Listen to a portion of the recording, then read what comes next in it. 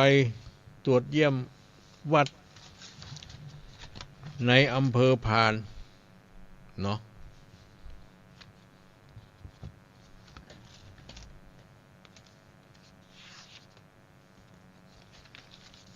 ก็ไปมาแต่เจ้าละ ก็หลายวัดหลายว่าอยู่ที่ไป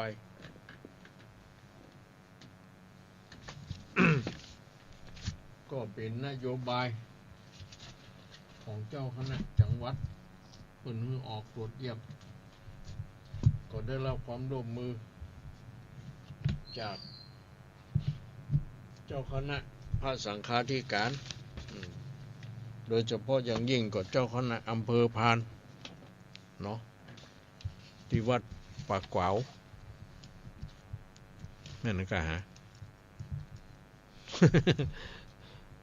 ตุลุงต้องจะจำอันอย่างบ่ค่อยดีแล้วมาเดี๋ยวนี้ส่วนมากบ่ค่อยมีความจำอันอย่างก็ วันนี้ไปอยู่10 วัดอะไปวัดป่าซางวัดป่าขวาววัดป่าไผ่วัดเกตแก้ววัดทรายมูลป่าซ่านวัดหนองบัววัดเทพพวันวัดม่วงชุมวัดใหม่เจริญวัดท่าโพทองโดยการนำของเจ้าคณะตำบลเปิ้น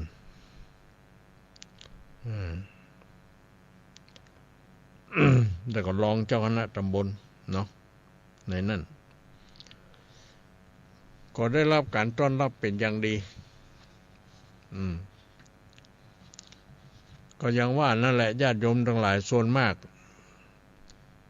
พระเนนก็มีน้อยเนาะบางวัดก็มีตน2 ตนเนนก็บ่มีเนี่ยมันเหมือนกันเวียงบ่เป้าเฮานี่ก็เหมือนกันเนาะมันเป็นกันไปทั่วหมดอ่ะอย่างนี้ ก็ไปตามยุคตามสมัยนั่นแหละก็จังมันอำเภอพานนี่มันกว้างมีวัด100 ป่ายก่อนจะต้องไปเยี่ยมอยู่3 วันนะวันนี้ก็เป็นวันที่12 กันยายนก็ไปมาแล้วแถมค่ำก็จะเป็นวันที่23 กันยายนที่อำเภอพานเหมือนกันและต่อด้วยวันที่30 กันยายนแถมเสร็จจากหั่นแล้วก็จะเข้าอำเภอแม่สวยเนาะอันนี้ก็ตามนโยบายของเจ้าหน้าจังหวัดเชียงรายเนาะเพิ่นมีคำสั่งให้เจ้าคณะอำเภอออกไปตรวจเยี่ยมวัดให้กำลังใจแก่เจ้าอาวาสแต่ละวัดมีปัญหายังพ่องยังได้เนาะจะได้แก้ไขกันต่อไปอย่างนี้ เอาต่อไปก็ขออนุญาตประกาศอนุโมทนาที่ตุลุงได้ประกาศเครื่องไปว่าภัยจะช่วยเหลือน้ำท่วมที่จังหวัดเชียงรายและที่อำเภอแม่สายตัวเนาะอำเภอเมืองเชียงรายตัวเนี่ยตามที่เอาหันในทีวีเนี่ยพอดีนี่ก็มีตุลุงเนี่ยเป็นเก้า ตุลุงต้องบริจาคก่อนเนาะพระครูนิวิตศิลสังวรเนาะเจ้าวาดวัดห้างต่ำเจ้าหน้าอำเภอเวียงหัวเป้าบริจาค 1,000 บาทนี่เนาะเป็นปัจจัยแล้วก็เป็นสิ่งของแหมส่วนหนึ่งแล้วก็2มีแม่ 4,000 เขียวสุภาอันนี้ก็บริจาคปัจจัย100 บาทข้าวสาร5 ลิตรอนุโมทนาสาธุเนาะประการที่3ก็มีหมอบุญศรีดีมีบริจาคปัจจัย200 บาทข้าวสาร4 ลิตรนี่ที่ตามมาด้วยป้อสมบูรณ์แม่มาลีกองปินตาอันนี้บริจาคข้าวสารมา5 ลิตรกับมาม่า เนาะได้รับไว้เรียบร้อยแล้วเนอะขออนุโมทนาขอบุญกุศลครับจูอุหนุนเพื่อได้อยู่ดีมีสุขปราศจากทุกโศกโรคภัยเนาะไข้เจ็บนานาประการเพื่อมีความสุขความสำราญเบิกบานใจมีโชคลาภวาสนาบารมีมีคุณงามความดีอยู่กับตัวตลอดไปเอาญาติโยมคนใดจะบริจาคก็เชิญได้เนอะบริจาคได้ทุกวัดเลยในเวียงปะเป้านี่ท่านฟังรายการปฏิบัติธรรมของทุลุงคืนนี้ว่าทุกวัดจะได้รวบรวมปัจจัยรวบรวมสิ่งของต่างๆโดยการเอาไปรวมกันไว้ที่วัดปังยิ้วแล้วก็จะได้แพ็คได้หยังแบ่งสรรปันส่วนเพราะนั้นญาติโยมอยู่เป็นสถาวัดใดอย่างใดก็เพื่อไปบริจาคในวัดนั้นนี่เนาะขอท่านเจ้าอาวาสหรือพระเนนวัดนั้นได้จดลายหมายชื่อของท่านไว้ด้วยเพื่อประกาศอนุโมทนาเนาะจะเป็นปัจจัยก็เป็นสิ่งของเสื้อผ้าอาภรณ์เป็นมาม่าเป็นของกินของว่าเป็นอะไรหยังก็ได้ที่เฮามีอยู่พอที่จะแบ่งสรรปันส่วนบริจาคไปเนาะอันนี้ก็ช่วยกันช่วยเหลือน้ำท่วมเนาะคนไทยคนเฮาเหมือนกันอันนี้ก็ได้ประกาศอนุโมทนาแล้วนะพยายามบริจาคอย่างก็ว่ากันไปเนอะเอาไปบริจาคที่วัดใกล้ของท่านนั่นแหละก็จะได้รวบรวมปัจจัยต่อไปได้ประกาศอันหยังอนุโมทนากันแล้วเรื่องงานแถมยังก็คือ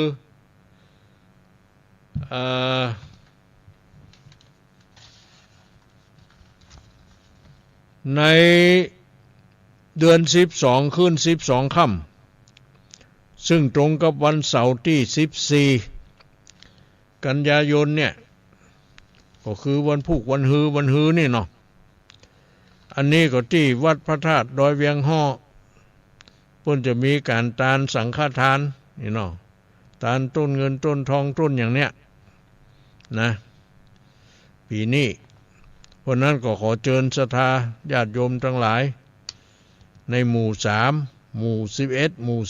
12เนาะเฮาเป็นศรัทธาอันหนึ่งอันเดียวกันเฮามี2วัดมีวัดบนกับวัดลุ่มนี่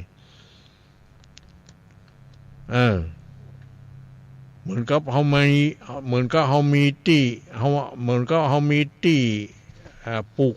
เข้า2ที่เฮาก็ได้เข้านักเนาะเฮามีนา2ที่2ปั้นคนที่มีนาปั้นเดียวก็ได้เข้าน้อยกะเฮามีนา2ปั้นมีปั้นบนกับปั้นลุ่มเนี่ยเนาะต้องเขาก็เนี่ยนาเนาะเนี่ยนาเขาก็ได้เข้าปั้นบนก็ได้เข้าปั้นลุ่มก็ได้เข้าอย่างเนาะทำไปเถอะมันบ่ชิบหายมันบ่เป็นยังหรอกเขาก้าเขาขายเขายังค่อยได้กำไรนักดีๆเนาะเขามีเงินมีทองเขายังค่อยได้เงินทองนักมี100ก็อยากได้200เนาะไอ้บุญคุณงามความดีก็เหมือนกันเขาได้1ก็คือมันมี2ได้2ได้3ได้4ได้5ไปสำดีขึ้นไปยิ่งดีๆไปเนาะบุญนั่นก็มากำบุญนั่นก็มาจูอย่างกันเนาะก็จะได้สบายเนาะอยู่ดีสบายนี่ก็ขอเชิญเนอะญาติโยมแล้วสำหรับวัดห้างตำปูนเดือนพฤศจิกาบุญนะอันนี้ยังโมโหว่าจะตานอะไรอย่างอาจจะเป็นกฐินก็ได้เพราะว่าปีแล้วได้ตานสลากเนาะปีนี้อาจจะเป็นกฐินก็ได้เป็นสังฆทานก็ได้อย่างก็ได้นี่มันจะตรงกับวันเสาร์ที่2เป็นวันแต่งดา วันอาทิตย์ที่3 พฤศจิกายนนะตรงกับเดือนยี่ขึ้น2 ค่ำเป็นวันดาเดือนยี่ขึ้น3 ค่ำเป็นวันตาลนี่อันนี้ได้กำหนดไว้ละแต่ว่ายังบ่ฮู้ว่าจะตาลอันอย่างดีนะจะต้องถามศรัทธาก่อนตุลุงจะไปว่าคนเดียวเอานั่นเอานี่ก็บ่ดีเดี๋ยวศรัทธาเตือกศรัทธาใครตาลอันนั้นอันนี้เนาะเฮาเสียงส่วนมากว่าเราจะถามเขาในวิหารนะว่าปีนี้เขาจะตานอย่างดีเนี่ยใครจะเอาสลากยกมือขึ้นเนี่ยใครจะเอากฐินยกมือขึ้น เนาะเอาความเต็มใจอะว่ามันจะได้บ่มีปัญหาเนาะเขาเป็นพระเป็นอย่างนี้เขาจะไปกำหนดคือศรัทธานะบางทีก็ศรัทธาปื้นบ่ค่อยตานอย่างนั้นอย่างนี้ปื้นค่อยตานอันนั้นอันนี้อ่ะเนาะบ่ทำเนื้อก็เก่งใจตู้เจ้าเองตู้เจ้าว่ามาเห็นแล้วตู้เจ้าก็บ่ได้ถามเขาอย่ากำหนดคนเดียวอย่ามันก็บ่ดีเนาะนี่นะต้องถามเขาก่อนต้องอู้เขาก่อนเนาะถึงจะดี เอาละบ่ต่อไปจะได้เทศทำต่อทำแมวขนคำผูกที่8เนาะแมวขนคำผูกที่8วันนั้นเทศมาถึงที่ไหน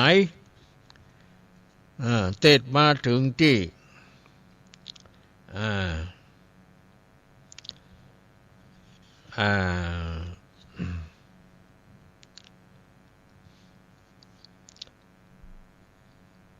เทศมาถึงที่นาง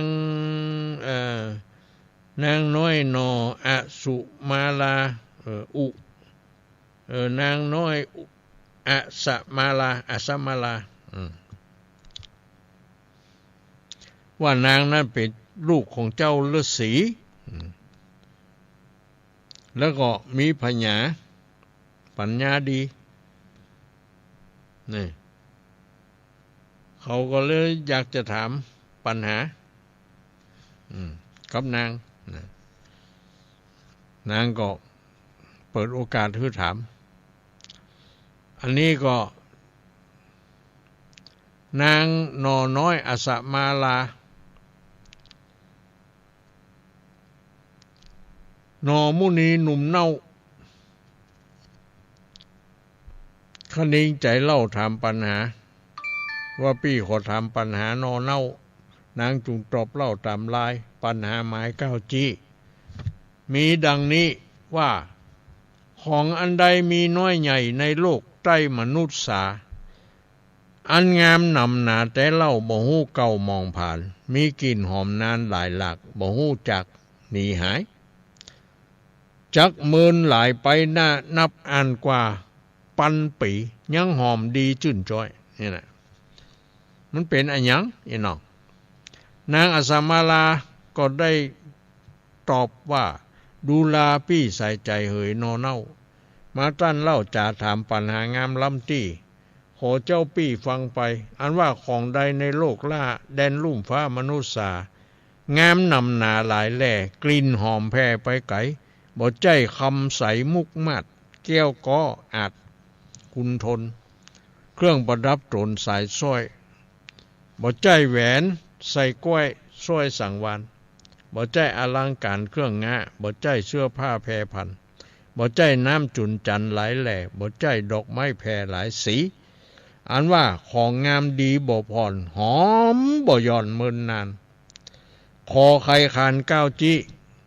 ฮื้อแม่นจี้กองทำของนานำนั่นไส้คือหากมาได้อันหยังญาติโยมจำได้ก่อนของที่มันหอมไก่ก็คือศีลกองศีลอันเจียงจินบ่เศร้านั่นแหละศีลเป็นเก้ากองดีว่าอย่างนั้น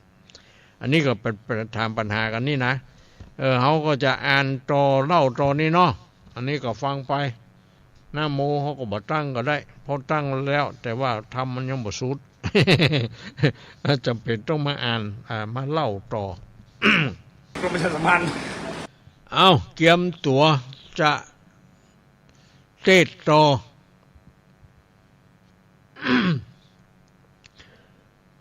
ปุณทิวาสีอันบา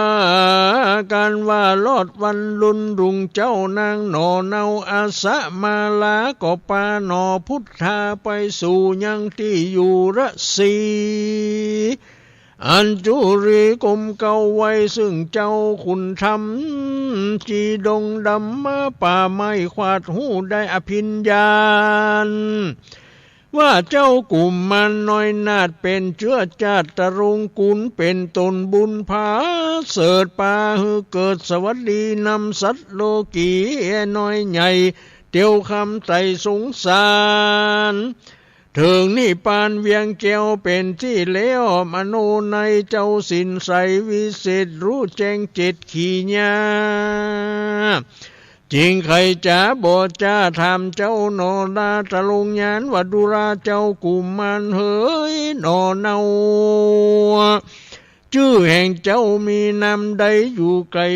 ไกลไกล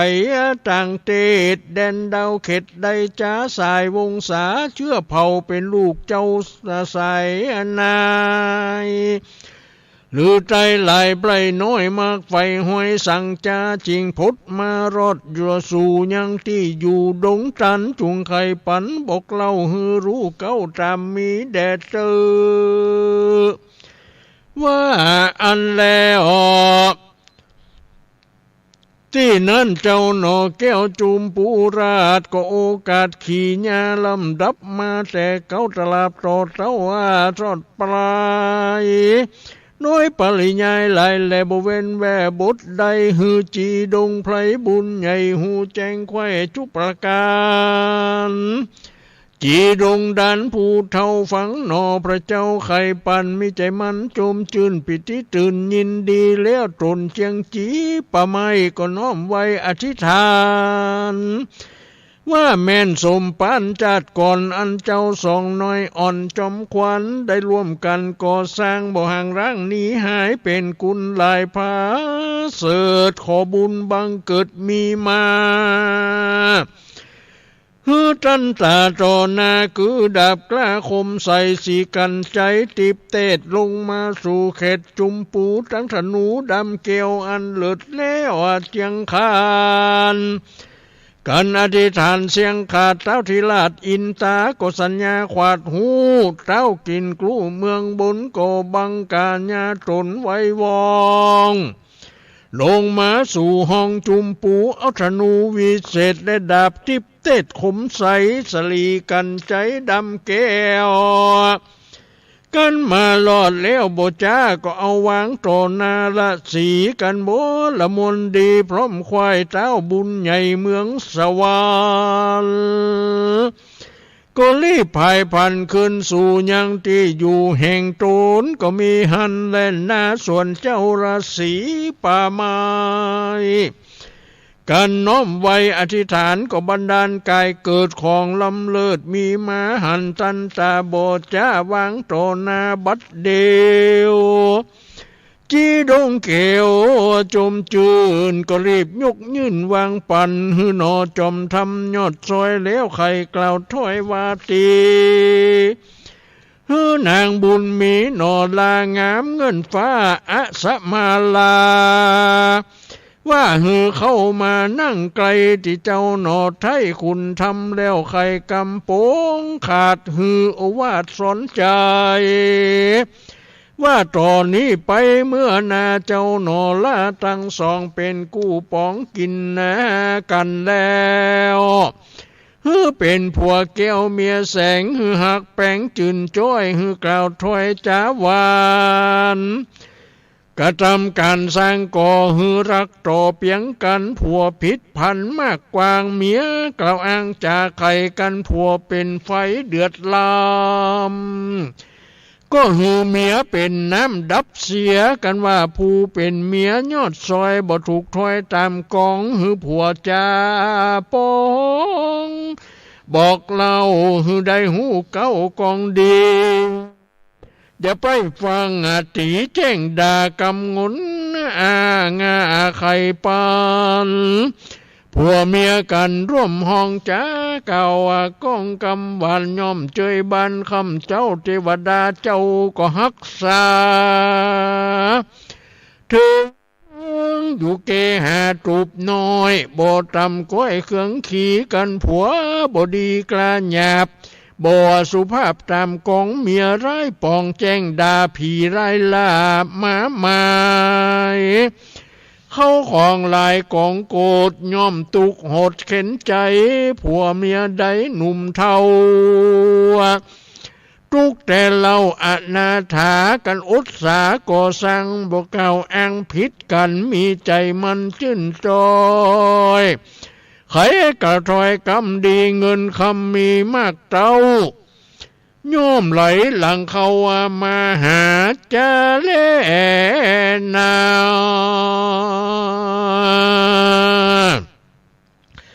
ป้อนดังเจ้าจุมปูนอลาวันไปนาบุญมีได้เป็นเจ้าปูลีหยุดอาจอย่าไม่หมัดมัวดำ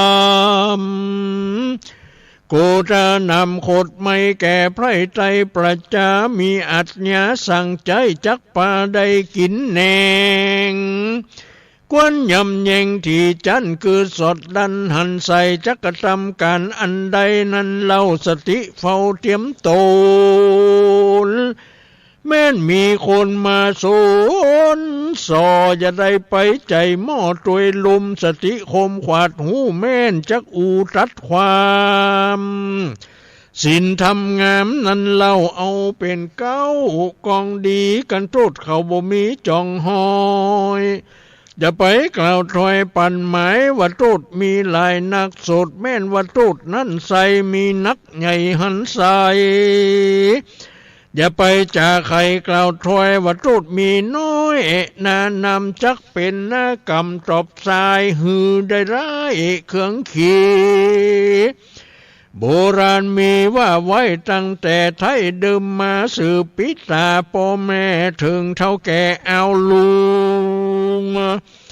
ว่ากันนอนสูงก็ฮือนอนความมากันนอนต่ำก็ฮือนอนง่ายโบราณหมายกล่าวจีมีดังนี้จะใครว่าคนผู้ใดหนุ่มเท่าใดเป็นเจ้าเสวยเมืองเตจะเรื่ององค์อาจนั่งภาสัตห่อใจจงมีใจแผ่กว้างดังต้าตั้งกุงกาพอประจาไพร่ใจฮือเขาได้เจยบานสุขสำรันจุภูฮือเขาได้อยู่สวัสดีกันเข่าเครื่องขี่มุนไม่ทุกอย่างไรเหลือหลายกวนขวนควายช่วยกำฮือหลวงล้ำตั้งผ่านได้สำรันคำเจ้าหายสุขเศร้าเครื่องขี่โบราณมีกล่าวจี้ว่ากองอันนี้นำมาจูงว่านอนสูงก็ฮือนอนความจุงกึดล่ำเหยาไปจำใส่ใจชื่อไว้อย่าฮือใดหายหนและนายังมีแถมกำหนึ่งใส่ว่ากันนอนต่ำใจก็ฮือนอนง่ายโบราณหมายกล่าวถอยว่าเฮาเป็นไพร่น้อยป่าจากวนเราราขวดหูถึงเผ่าผู้มีกูได้เกื้อหนุนเติมตุ่มช่วยปกบังเงาตัวเฮาพ้นจากทางทุกยากเครื่องขี่สำรันดีคำเจ้าก็ย้อนปารมีเจ้าบังอำกวนนำอยู่ไกลช่วยรับใจกระทำการจุมคนผ่านยากไรกวนกึดไข่คนมีว่าเขาเป็นดีมั่งเต้าก็ย้อนบุญเก่านำมากวนเราราน้อยใหญ่จุงกึดไข่ทำเว้นจากกรรมบับกลาอันนาหยาบจ้าปาลาปิจารณาอันเป็นทางสู่อบายมีใจภายจมจืนรู้ยุกยื่นยอปันยังหัวมันลูกไม้ของกินใจตามมี แก่ตาสีมวลหมู่อันมีอยู่เกหาตั้งวงศาพ่อแม่ตั้งเท่าแก่ตานายตั้งสหายมวลหมู่มืดแก้วกัววงใหญ่ไฟมีไหนก็อย่าไปนำออกไฟมีนอกก็จะไปนำเข้ามาแม่นโกธาโคดไม่โอดไว้ใดเป็นดีกิริยามีอ่อนน้อมหูจักถ่อมตนตัวบ่เมามัวตั้งถอยจุงไฟห้อยตั้งบุญมีสินุนจะใจจิวไตตั้งดีการเจ้าราศีเก่าแล้วสองหนอแก้วจอมขวัญก็ปากันกลมเกลาไว้ซึ่งเจ้าตะรงธรรมก็มีหันและนาโสมโตว่ามหาสัจเจ้าบุญนะบ่เศร้าจุมปูราชกุมมารอยู่ดงกับนางหนอไทยอสมาลาในพังกาภาศาสตร์บ่ไม่มัดเครื่องขี่หลายวันเมมาจอดก็กึดรอดนานนำเถิงแมวคนคำมาปี้เจ้าอันอยู่กับสองเท่าคนผ่านนอตะรงยานยอดซอยก็บอกนางน้อยอสมาลาหือลูกขี่ยาเงื่อนเก่าว่าปี้จักเตาภายผ่านบ่หลายวันล้ำมอกก็จักปิกปอกคืนมากันไข่ขี่ยากล่าวแล้วนางหนอแก้วบุญมีก็ไขว่าตีกล่าวต่อว่ากันพี่น้อยนอจักไปเตียวตังไก่นั่นเล่าดันป่าเศร้าดงตาดำป้าแมวคำมาสู่ที่แก้วกูเดียวกันบ่หลายวันดังอันขอพี่ดันไปดีไผยะมีใหญ่น้อยจุงกลาดกล้อยหนีหายป้าบุญภายพี่เจ้ารีบไต่เต้าขึ้นมาแดดตื้อว่าอ่านแล้วเจ้าหนอแก้วตะลุงยานก็ไปนมัสการกุมเกลาลาซึ่งเจ้าระสีกันหน้าโบละมวลดีพระมาควายก็รีบเตียวไต่ภายพันดันดงตันซื่อนาบ่แวะกว่าไปใดดันดงไพรป่าเศร้ารถที่เก่าเดิมอ่อน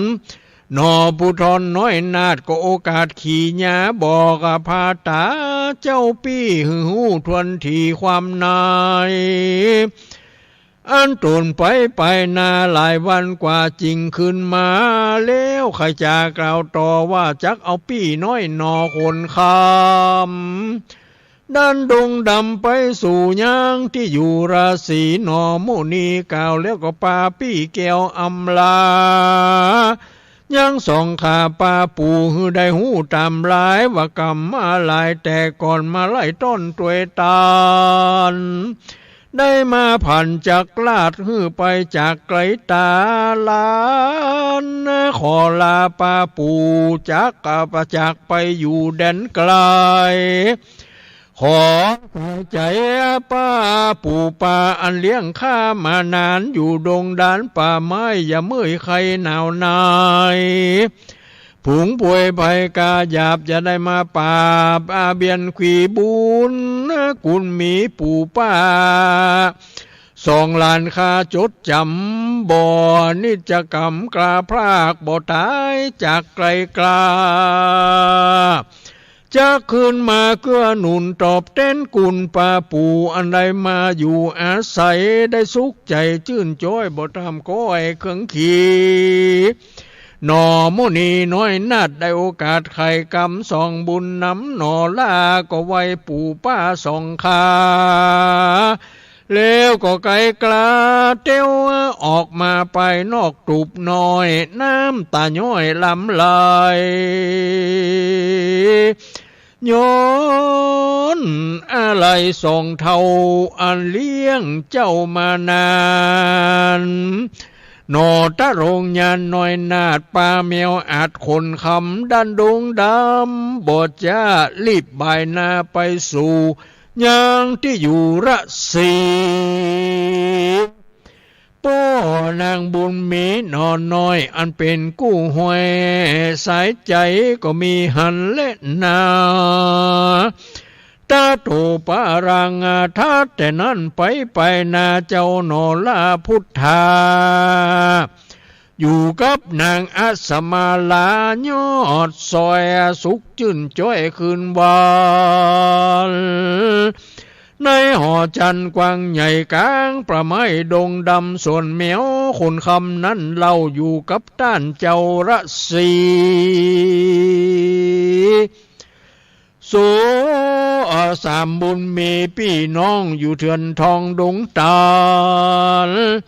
ก็พากันอุปถากต่อเจ้าบุญมากสินใสปฏิบัติไปข้ามเจ้าอยู่ป่าเศร้าดงรีบ่อเครื่องขี่ตำก้อยอยู่จื้นจ้อยเจยบ้านก็มีหันแล่นนา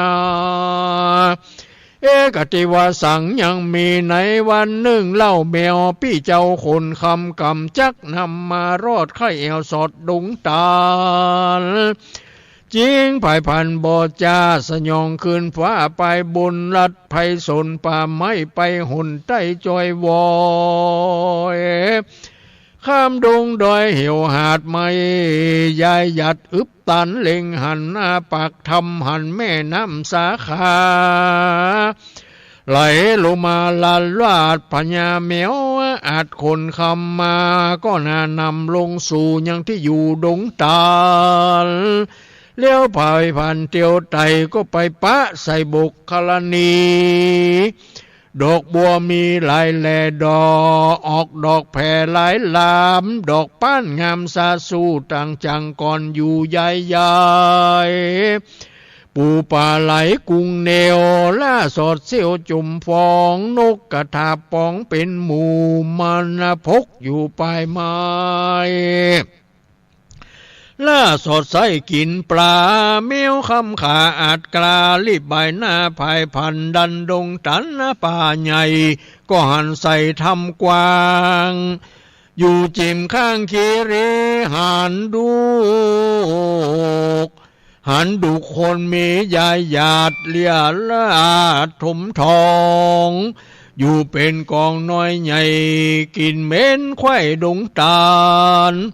อัศจรรย์ลายหลากกึดแล้วหักปุ่นกลัวท่านหนังหัวเงาเยือกใจความเขือกเวโว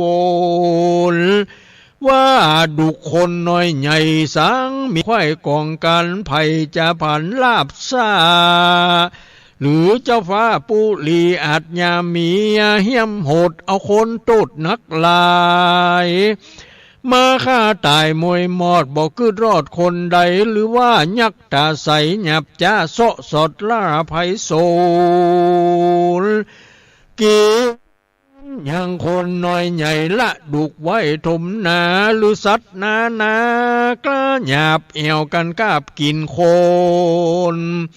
ตามไพสนป่ากวางละดุกก้างรอไว้หรือเต้ปะไทยอินตาเทวดามวลหมู่หักษาอยู่ดงตันได้เล็งหันตัวคาโซสดล่าป่าไม้เสงแต่งไว้บัดเดียวเพื่อบ่ฮือกูเตียวไต่เต้าดันป่าเศร้าดงดำเมียวขนคำนอนน้อยกึดขาคอยในใจก้อยเตียวไปจัดใจเขาทำใหญ่ไกลกลา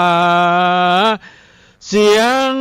ดังมาซาสู้บ่ขาดอยู่เป็นสายเสียงไอ้หลายดังมากแล้วก็ดะปาก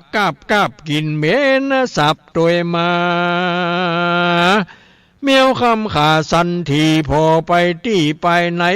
หานยักตาใส่นอนอยู่มันบ่หูขิงโตนจริงสวดมนต์อาจกล้าแล้วยิ้วใส่หน้ายักขายักดงหนาสะดุงสติฟุ้งตกใจมันเลี้ยวไว้ลุกขึ้นเอาตีนตั้งปืนหินผาดงปอลันปอสันหินผาลั่นตุ้มตาม ยักษ์ดงรามขดแหวกำไม่เต้าพัดพันมันเล็งหันบ่จ้ายังแมวอาจกล้าคนคำจริงไข่กำร้องด่าว่าไอสัตว์ป่านี่เราลักล่วงเข้าทำกูจูไกลปากจักลากมึงดอยก็ตัวน้อยเหลือการบ่ปอหวานบางเขียวบ่ปอเกี้ยวลงคอแถมประกาศนึ่งหนอกูนี่ก็หักอิ่มเต็มที่กินมามึงนี่หนาหยับจ้ากวนความนาเป็นผียักษ์ดงลีป่าไม้เข้ามาใกล้สับปันหมายจักผ่านกาบกว่าเมียวอาจกาคนคำก็นานนำแล่นออกมาอยู่ไปนอกทำกวางแล้วก็กล่าวอ้างจ้าถามว่าดูรายักษ์ปุ่มลำบับใบอันดูกน้อยใหญ่กองกันมีอันนั้นไหลแลนับบ่แป้สังขญาดูราเจ้ายักษ์ขาตัวใหญ่ฤทธีใจสามานไผบ่ปันผับสู่ขอจุงอูจะไข่หือคาหันใสทวนทีเอาเป็นที่พิจารณาเมียวคำขาตัวอาจแสงงาถ้อยวาดหยอปานยักษ์ดงตันไปหูว่าแมวมาอูหยอตัวก็ยะไข้หัวอักเสียงดังมากนานนำแล้วก็ไข้กำบอกกล่าวว่ามึงสังใบง่านำหนาบ่หูจักกูกามึงนี่กูจักจี้ไข่ปานทวน7 วันเป็นหม้อกูก็ออกไปสู่ยังที่อยู่หอผีเมืองปรณสุดังจิตใจหมายกินยิงใจหนุ่มเท่าเอาเล่าตัวมามึงมาจากไข่หูกูก็อูไข่ปานได้หูหันที่ถอยดูลาแมวน้อยดงพลายแม่บ่ไหวเนิ่นจ้าก็จักขาบัดเดียวยักดงเขียวหาวหาดกล่าวเสียงขาดสุดกำ2 มือกำไม่เต้ารีบไต่เต้ามาหาเมียวคำขาไวว่องวิตเต้นย่องเล่นหนียักดงหลีป่าไม้โหตัวไปก็ไวบ่จ้าสยองคืนฟ้าหายตาก็มีฮันเล่นนา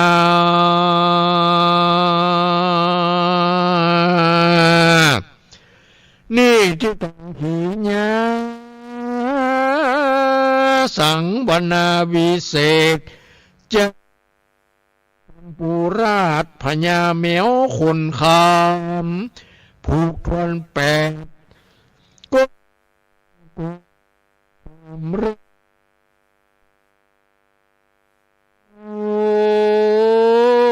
แต่เต้านี้ก่อนเลยนะ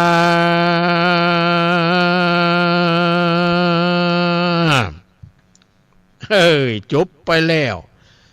เสียงเกือบจะบ่พดเนาะทำนี่มันหนาแต่ไหวเนาะก็ผ้าน้อยนี่บ่ไหวนี่เสียงบ่ทดเอาล่ะจบลงไปแล้วญาติโยมทั้งหลายทำแมวขนคำผูกที่8เนาะมาถึงที่อันแมวกับยักษ์หบกันเนอะ แมวกับยักษ์หบกัน แมวขนคำนี่เนาะหบกัน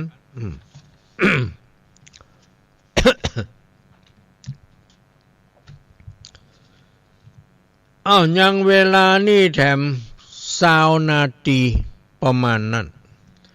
ตอนนี้ก็จะเปิดโอกาสให้แก่ญาติโยมทั้งหลายที่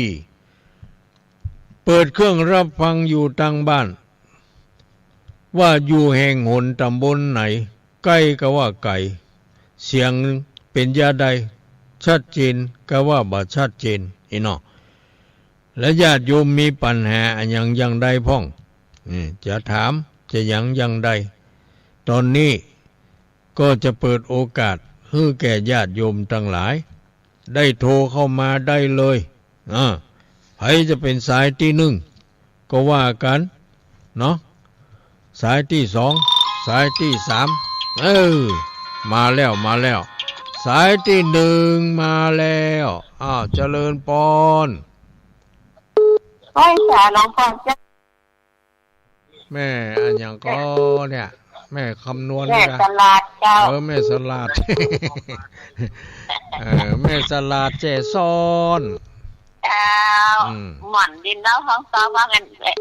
ข่าวว่ากันทำนี่เนาะ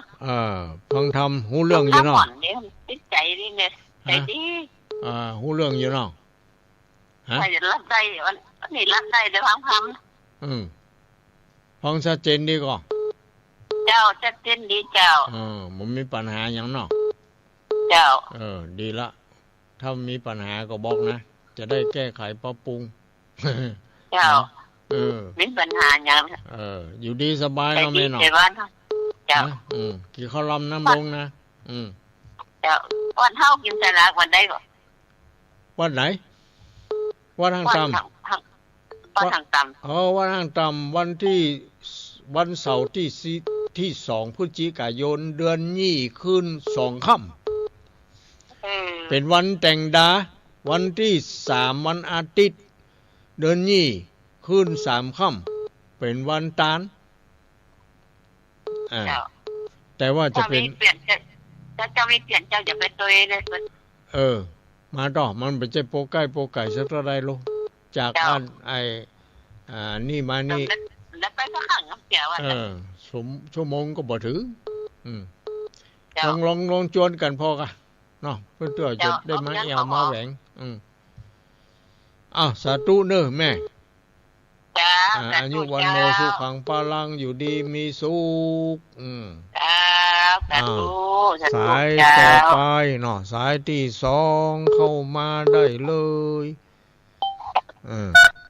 แม่วางสายเข้ามาแล้วเจริญพรกลางวันศาสตร์เจ้าจุลุงทองจากวันห้องนะบ้านห้องนี่กระปูนเจ้านี่แม่สายทองจิตตามจุลุงอยู่เจ้าแม่อย่างพ่อไม่สู้แก้วก็แม่อย่างสายทองทันยักแก้วแม่สายทองจังแซวเข้ามหาสมชาติเนาะ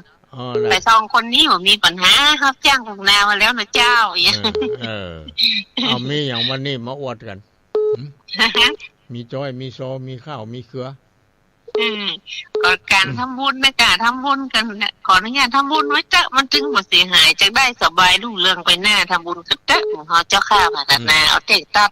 บ่ได้คัดสนบ่ได้คัดเงินทองสินทรัพย์จังมีทำบุญกันไว้บ่ได้หม่องสีสุขสบายดีจ้ะนี่ละจ้ะนายเจ้า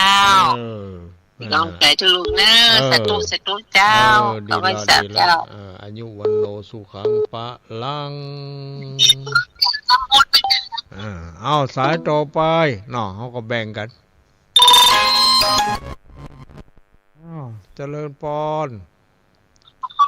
มันไปกันกลางเจ้าคือจากไหนลำปางกะนายพรล่องวัวแดงล่องวัวแดงเจ้าล่องวัวแดงอำเภออันสังกะแปงก็โดยสเกตเหรอสังกะแปงบนน้องแม่เนาะรับฟังฐานนี้ไหน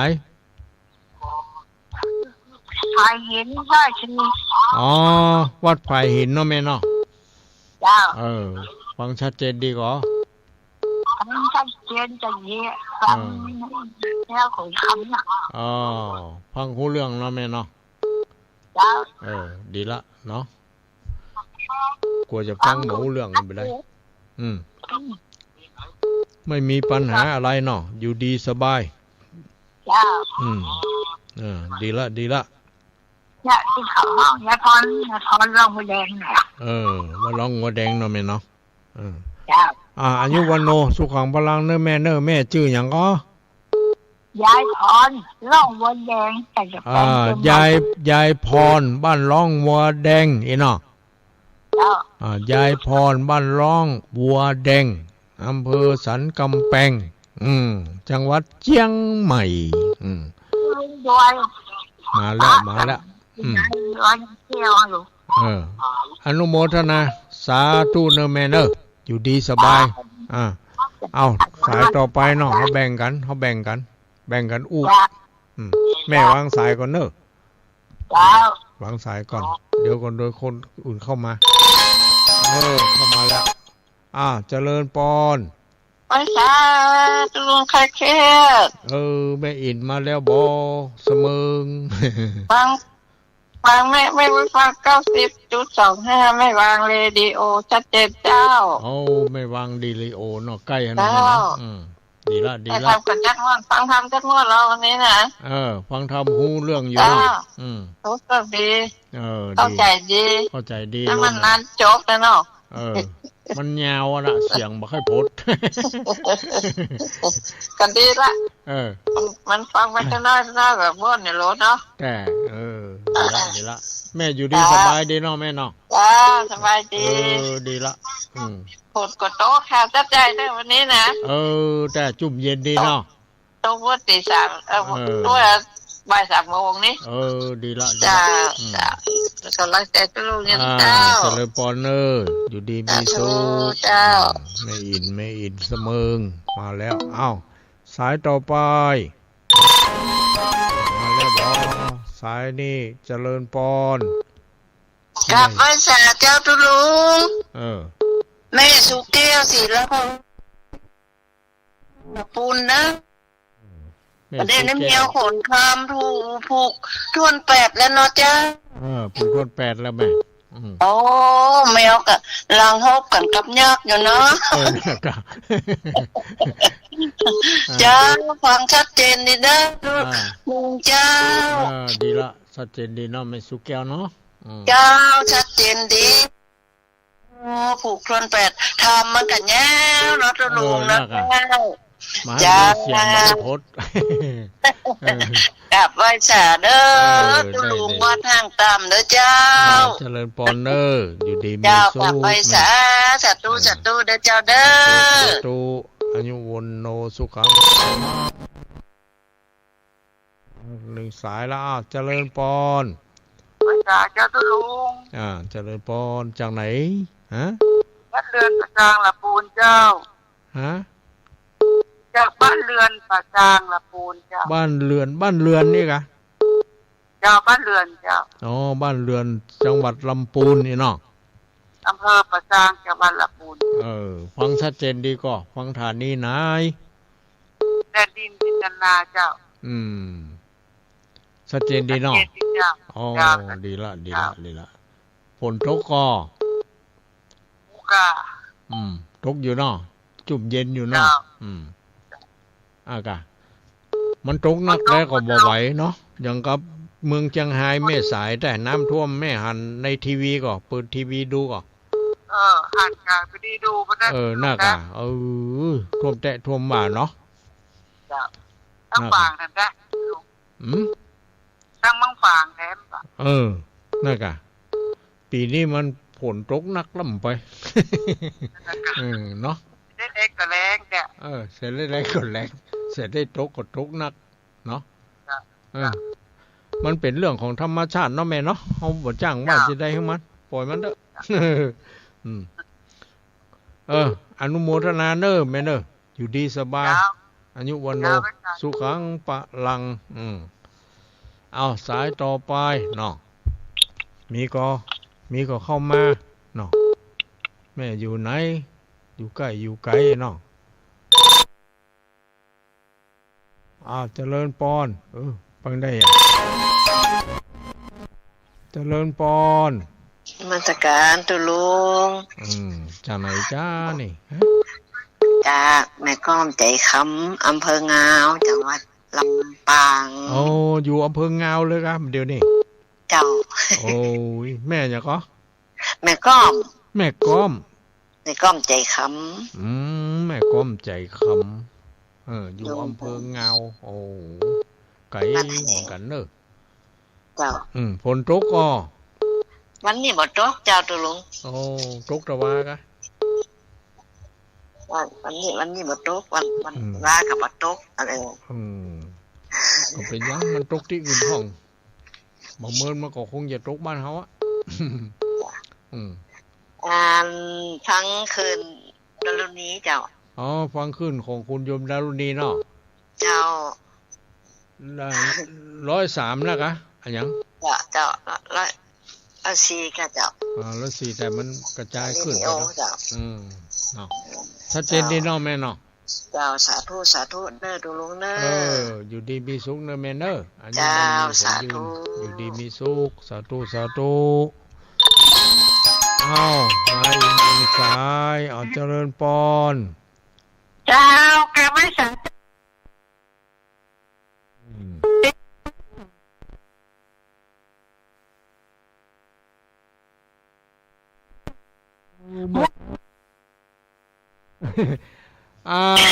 ฮับกะสายนี่ฮับคู่สายนอกจากว่าสายมันทับกันแม่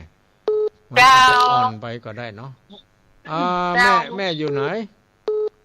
แม่สายพินกันนยาอยู่บ้านตงซานอำเภอเมืองปานจังหวัดลำปางไปหนาจังฟังคืน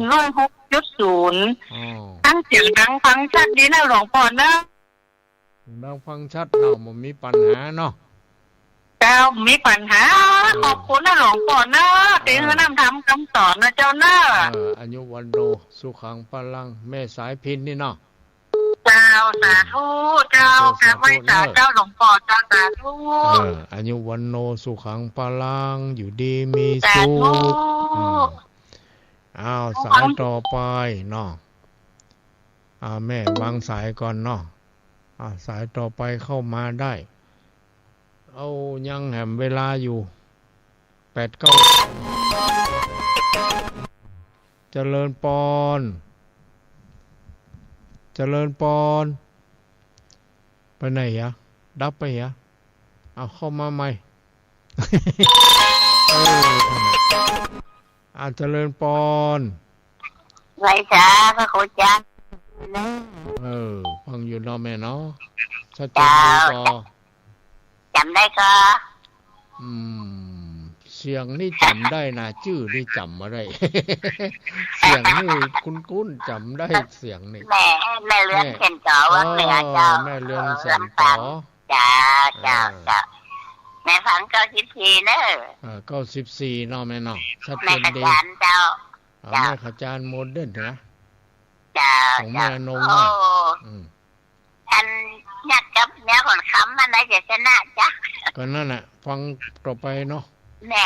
ว่าเนื้อขนคำชนะเหรอ มันไปสู้หนอผู้ทางกุนได้จะได้อันหนึ่งยาก แต่อันนั้นเป็นนอบ่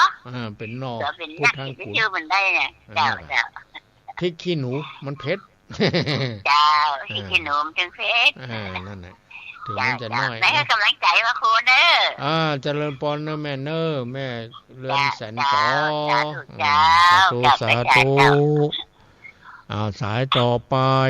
โอ้นักแตะเข้ามาเนาะแก้ง่อมแก้เหงาแก้คลายเครียดกันไป0819934074ไผที่ยังบ่มีเบอร์นี่ก็โต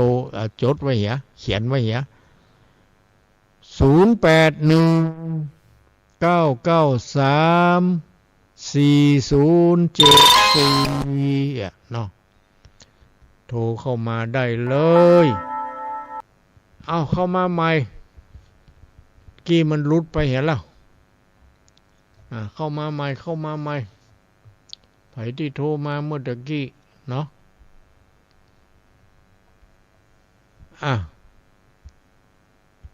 ที่อื่นที่ไกลเมียกะ รายการที่ท่านรับฟังอยู่นี่เป็นรายการที่ทำเจริญปอนครับกราบนมัสการครับป้องอ้ายครับผมป้องอ้ายวัดบ้านป่าจันดอนจันครับบ้านประจันครับป่าจันเนาะ ถ้า ครับ วัด ผม จะ ฟัง วัด ท่าน จะเป็น โดยหม วั อ ด ก บ้า นี่ น ครับ จา นี่ กฮะ ผมฟังโดยหมอกนี่ครับ โดยหมอกเรดิ ครั โอบ ผม ของคุณโย ครั ม บ ดารุณีกันเนาะ ครับ อืม คุณออก2 คืนครับผม เอา2ขึ้นเหมือนกันอ๋อ ครับผม ขึ้นไหนแฮม ท่าน94นะครับไม่ขจารย์โมเดิร์นน่ะ อ๋อ94โมคคจารย์นี่เป็นของแม่อนง ครับผม อืม ออก2 คืนกัน ออก2ขึ้นเนาะ ครับ เออ คุณตุ๊กครับทางตามอ่ะ เอามาเดี๋ยวนี้บัดตุกเหมือนกันตะกี้ลงมันหน้ากระล่ามกันเนาะ เอ เหี้ย อมามิดบอนมอดแต่เจ้ากรรม ครับ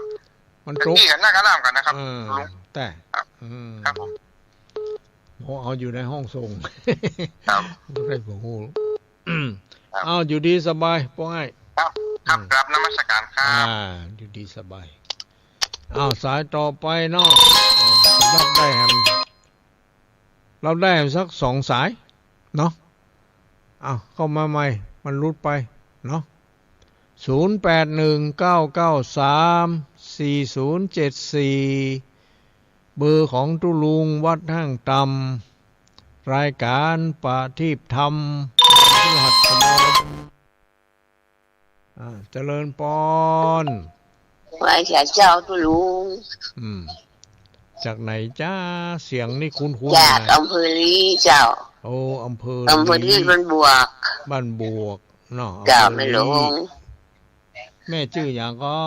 ไม่หลงเจ้า อ๋อแม่หลงบ้านบวกอำเภอลีจังหวัดลำ จ้า พูน เจ้าฟังธรรมเหมือนได้นะ ได้เนื้อความก่อนได้เรื่อง เจ้า ก่อน ชัดเจนดีเจ้า ชัดเจนดีเนาะแม่เนาะ เจ้าเจ้า ฟังฐานนี้ไหนอ่ะ ฟังอำเภอ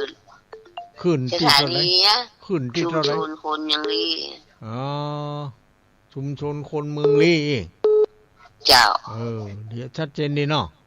ชัดเจนดีเจ้า ขอบใจขอบคุณเนาะเจ้าของฐานีเปิ้นตวยเปิ้น ฟัง ก็สัญญาณคือแม่ได้ยินได้ฟังเนาะ เจ้าแม่อายุ90แล้วนะ โอ้เดี๋ยวนี้นะ 2 เดือน 3 เดือนละ โอ้อายุมันควรยืนดีแต่แม่ได้ เจ้า ค่อยมีโรคภัยไข้เจ็บอะไรหยังกะฮะ มีก็ยาละลูกตุลุงมีของนะ เฮาก็บ่ค่อยสนใจอย่างมันมั่งนักอ่ะเนาะ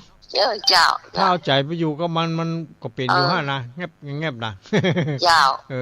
เฮาใจไปที่อื่นเนี่ยไปตั้งวัดตั้งว่าไปตั้งบุญทำ จั ทาง น มา เนี่ย จะทำจังนี้แจ้งมากับฟังธรรมะ นะมันลืม ฟังธรรมะ มันลืมไปเหรอมันก็เลย จ้ะ หายไปในหูหายใช่ปะ มีบ่พอสักเดียวหวังจะวิยุ ถ้าห่อใจไปไว้ที่หันมันถึงมาหายมันถึงอยู่หันน่ะ อันน่ะอยู่ห้าแทง นั่นน่ะ หมดโทรแหกอันลุงทุกวันนี้ จ้ะโอ้อยู่ดีสบายเด้อแม่เด้ออายุมันขวัญยืนเป็นลมโพลมใจของหลานลูกหลานไปหมื่นๆนานๆเนาะ เจ้า อายุวันโนสุขังพลังเด้อแม่เด้อเอาหมดเวลาแล้วเด้อ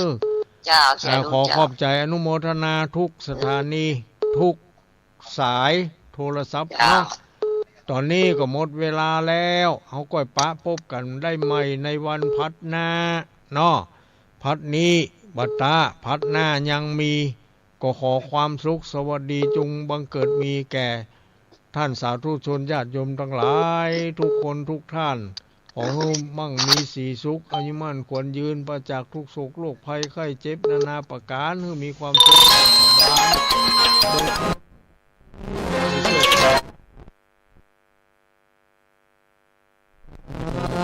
ย ติปาตา